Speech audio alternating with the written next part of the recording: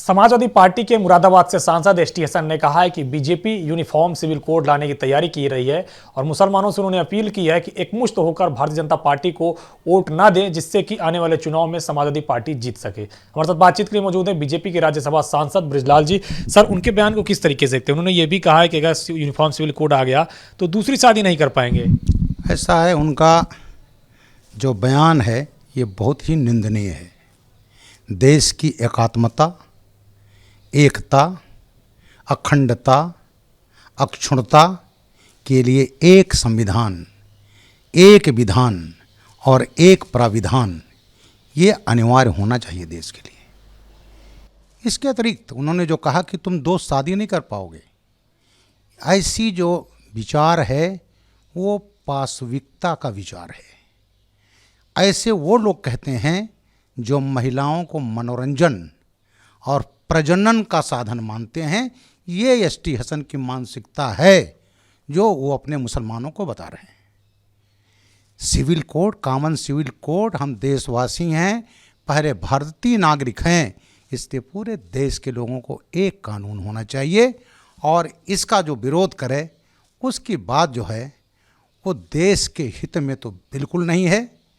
ये जो एसटी हसन साहब ने कहा शादी नहीं कर पाओगे, क्योंकि एक विचारधारा ये है आबादी बढ़ाओ और भारत को बनाना है गज़वाए हिंद इस्लामिक इंडिया। ये एक स्ट्रेटजी है जिसे अहमद टी हसन साहब जैसे लोग जो कह रहे हैं शादी नहीं कर पाओगे, अरे कई शादियां आप करते हो कि 4 शादियां वहाँ भी है। अगर आप संभाल सकते हो एक पत्नी को तभी दूसरी कर सकते हो, नहीं कर सकते हो।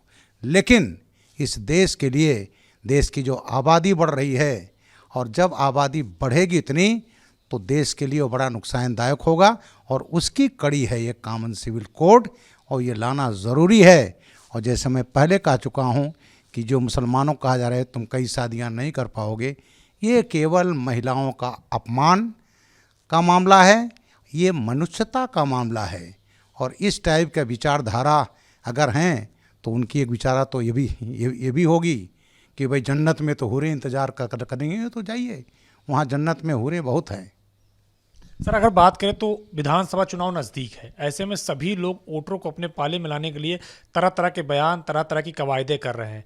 तो क्या एसटी हसन के इस बयान को भी विधानसभा चुनाव से जोड़ कर देखा, क्योंकि उन्होंने कहा कि एकमुश्त होकर बीजेपी के खिलाफ वोट डालना है? बिल्कुल उनका यही है। ये जब कोई विधानसभा जब इलेक्शन मोड में आता है प्रदेश, तो इस टाइप के ना केवल बयानबाजी होती है, हरकतें भी होती है। एसटी हसन साहब मुरादाबाद के हैं। मैं एक वाक़या मुरादाबाद का ही याद दिलाना चाहता हूँ। मैं उस समय स्पेशल डीजी था लॉ एंड ऑर्डर का। 6 जुलाई 2011 थाना मैना ठेर मुरादाबाद, एक मुस्लिम बेटी ने एक मुस्लिम के खिलाफ छेड़छाड़ का मुकदमा लिखाया। क्योंकि मामला एक बेटी से था, पुलिस ने तुरंत मुकदमा कायम किया और पहुंच गई आरोपी को पकड़ने। समाजवादी पार्टी के लोग, जिसमें सभी मुस्लिम थे, उन्होंने एक साजिश की और साजिश के ताश कहना शुरू कर दिया कि पुलिस ने कुरान गिरा दिया। और ये सब सड़कों पर निकल आए और तमाम पुलिस की गाड़ियां जला दी गईं। मैना ठेर थाना चौकी लूट ली गई, हथियार लूट ले गए। डीआईजी थे अशोक कुमार सिंह, जो आजकल एडीजी हैं, लखनऊ में तैनात हैं, उनके पीआरओ पर हमला किया गया। उनको मरा समझ कर छोड़ा था।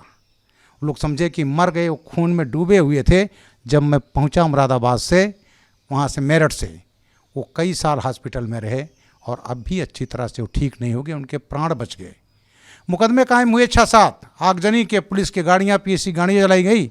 अखिलेश जी जब 2012 में आते हैं सत्ता में, तो वही अपनी चिर परिचित तुष्टीकरण के राजनीति में उस मुकदमे को वापस ले लिया था, जिसमें डीआईजी को मरा समझ के छोड़ा था उन्होंने। और बाकी जो 6-7 मुकदमे थे उसको अखिलेश यादव ने अपने जो पालतू अफसर थे उनसे उसमें अंतिम रिपोर्ट लगवा दिया था, ख़त्म करवा दिया था।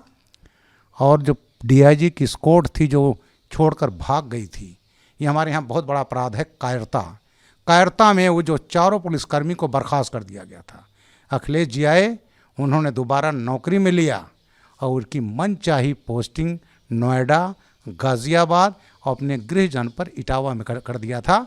तो इस पार्टी की तो ये कार्य संस्कृति है। अभी चंदौली में हुआ, कल घटना हुई है 5 तारीख को, वहाँ पर का विधायक प्रभु नारायण सिंह डिप्टी एसपी का गला दबा रहा है, अपना सर मार रहा है उससे, और सपाई गुंडे जो हैं लाल टोपी वाले पुलिस पर हमला कर रहे हैं।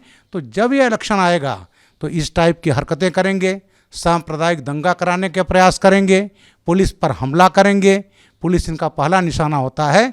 और इस प्रदेश के लोग देख रहे हैं कि अगर इस टाइप के लोग जिन्होंने 12 से 17 तक तांडव मचाया था, अगर ये हाल है इनका और कहीं गलती से सत्ता इनके हाथ में चलेगी तो इस प्रदेश वासियों का जीना मुहाल कर देंगे। लेकिन याद रखें, यहाँ योगी आदित्यनाथ जी की सरकार है, यहाँ अपराधियों की जगह जेल होती है और उनकी आपराधिक कृत्य से कमाई गई संपत्तियों पर बुलडोजर चलता है। सही कहा है कि सपा के गाड़ी में जितना बड़ा झंडा, उसमें बैठा व्यक्ति उतना ही बड़ा गुंडा। शुक्रिया हमसे बातचीत करने के लिए। तो ये हैं बीजेपी के राज्यसभा सांसद और उत्तर प्रदेश के पूर्व डीजीपी बृजलाल, जिनका कहना है कि एसटी हसन के बयान ये दर्शाता है कि जो तमाम सरिंग की कौमें हैं वो हिंदुस्तान को गजवा इस्लाम की तरफ ले जाना चाहती हैं। कैमरा सुनील के साथ अविनाश तिवारी, एबीपी गंगा, दिल्ली।